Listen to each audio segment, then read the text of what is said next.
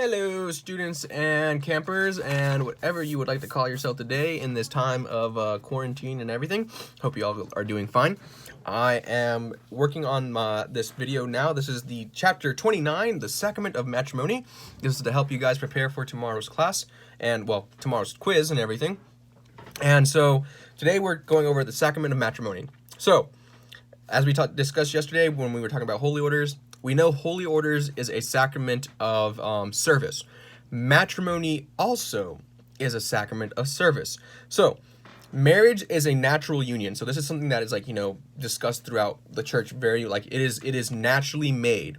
Now, nothing else there is can replace it. So man and woman are meant to be with each other. And we know this from Genesis. When God created man, he knew that he was lonely, and he knew that he needed to give him a partner. So then he created Eve.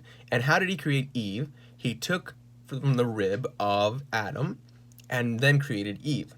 And this is very significant because Eve isn't above Adam, Eve isn't below Adam, but is equal to Adam. They are both made of flesh and blood, and they are both meant for each other in helping to recognize the beauty of who God is and to worship God together, to help each other worship God, to know God, and to know his love for both of them and their love for one another. And so that's why in Genesis we see that love and that union and everything, but then what do we see? We see it fall apart because of original sin. And we see it now in today's world on how there is an attack on marriage and on the union of spouses and everything through divorce and through mainly through divorce, and then also through homosexuality and things of that sort, but we won't talk about that stuff. But the main thing about that is there is a constant attack upon marriage as well. And so it is a union, and this is a sacrament. This was established by Christ. It's a blessing of a marriage, and to have the sacrament of marriage is an important thing as well, because it teaches us how to love properly and how we witness love throughout the world as well. So, in regards to moving forward, the purpose on matrimony is living out marriage in a faithful way. So to be in matrimony, to enter into matrimony, is to live out what God asked both Adam and Eve and what they failed to do. So to be in matrimony is to live it out faithfully and abide by it by all times. And so what is the purpose of the Christian marriage? And so the purpose of the Christian marriage is to live it out faithfully and to teach the other spouse how to love God, how to love each other, and how to love those around us, and how to worship God as a family. And we get this example from the Holy Family, so Mary and Joseph and the baby Jesus, or the Christ child. We see that union between all three of them. So we see the love that's between Mary and Joseph, and we see that between how they raised Jesus. Jesus only knew how to love because of his parents. His first witness of being able to truly love somebody was through his parents. So then we also have the other purpose of marriage, which is procreation. So the procreation is basically allowing life to come out of the marriage, and so being open to life. And so in the rite itself, the ceremony when the couple are getting married, the priest will say to them are you open to the blessings of God in bestowing you children? And what that means is they will be open to any life that is bestowed upon them, and that they will raise these children as faithfully and as good as possible in the faith, and make sure that they become the wholesome, loving, and caring people that they need to be. And that's a very important thing because, many families don't do that. They a lot of people will get married and they don't raise their families faithfully to the Catholic faith and to the teachings. And so it's very important for us to understand the Christian marriage is living out the teachings of the faith within the family, between man and woman and the children recognize that love that's between the man and the woman, and they grow in that love, and they grow to be able to love other people, and hopefully one day, God willing, they enter into a vocation of marriage or even religious life, and people have to be open to that. So that's one of the big purposes of marriage. And so the sacrament of the matrimony is we know that God established this as a sacrament, and then that Christ was able to perfect it more by showing it between his relationship within the church, between him and the church, but then also being able to like attend like weddings as well. You remember the wedding of Cana, like he attended that, and he like kind of talked about like the purpose of like, this union, this perfect union between spouses, like is supposed to magnify, and it's supposed to enamorate the love of God. And so like that's a very important thing. So now we go on to the rite itself, the sacrament. So when people get married, so people can get married in the rite either inside of a mass or outside of a mass. Most people like to get married within the mass, but it takes place during mass. It doesn't always have to take place during mass, but most people like it. So it can be in and out in the mass or outside of the mass. Those two options. And it has to be within a church. It cannot be on the beach. It cannot be in the mountains. It has to be in the church. That's what a lot of people get really frustrated with that. It's like, no, there's a reason why it's in the church. We'll get to that later. So the man and wife are the ones who give the sacrament to each other by the words of the solemn wedding vows, and this is very important. So the man and woman, we talked about this before, are the ministers of marriage, and so they exchange wedding vows, and they enter into the sign of matrimony. And what is the sign of matrimony?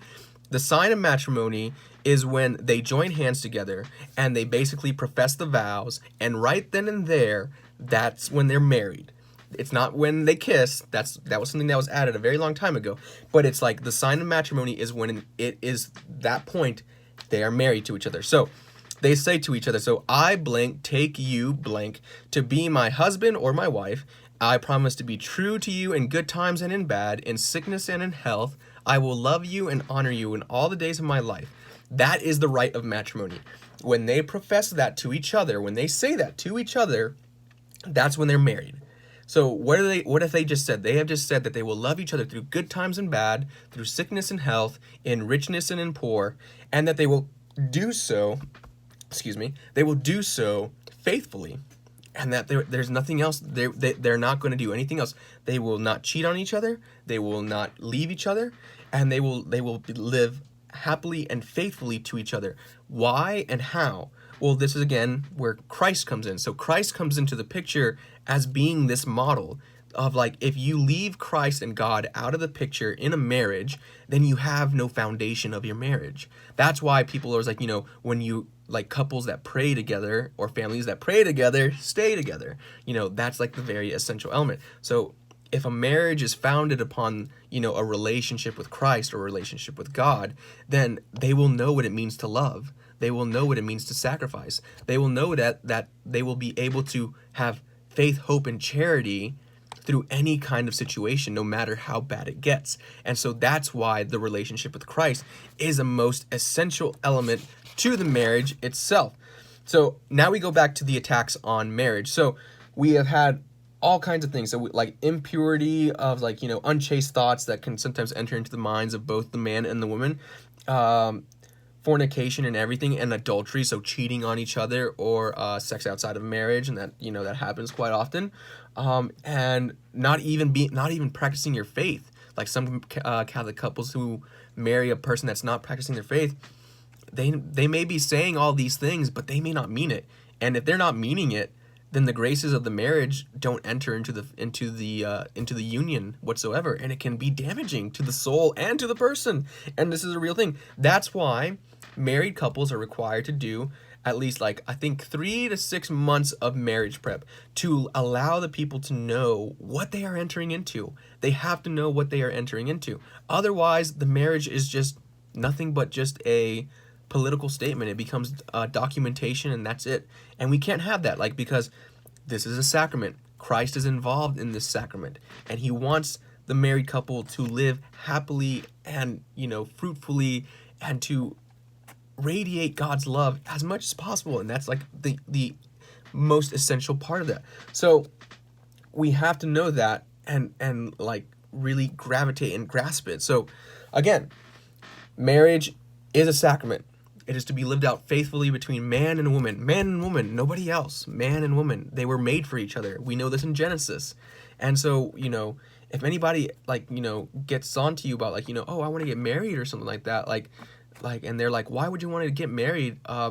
there are people that are like that, and it's like you shouldn't be intimidated or afraid of them, because then obviously somewhere in their life, like, they're hurt, or they're struggling with the ideal or concept of marriage. And so pray for them, and pray for your parents, pray the fact that most of you come from very happy, healthy marriages, and like pray also that, like, God will bestow upon you either the vocation of becoming a priest or a nun, or entering into a fully, like, beautiful marriage. And like that's something that we should pray for. And like pray for those who are married, pray for those who are about to get married, especially this time during the coronavirus. A lot of my friends have canceled their weddings and everything, and so it's kind of sad, but like they still want to get married, they want to enter into the sacrament. So that's it for the Sacrament of Matrimony. If you guys have any questions, email me, text me, call me, one of those three. And tomorrow you guys will be having your quiz for Monday, Wednesday. Again, it's open book, so literally use the book. I will be emailing your parents the quiz this evening, and you guys should be fine. All right, I'll talk to you guys later. Peace out, Cub Scouts. Bye.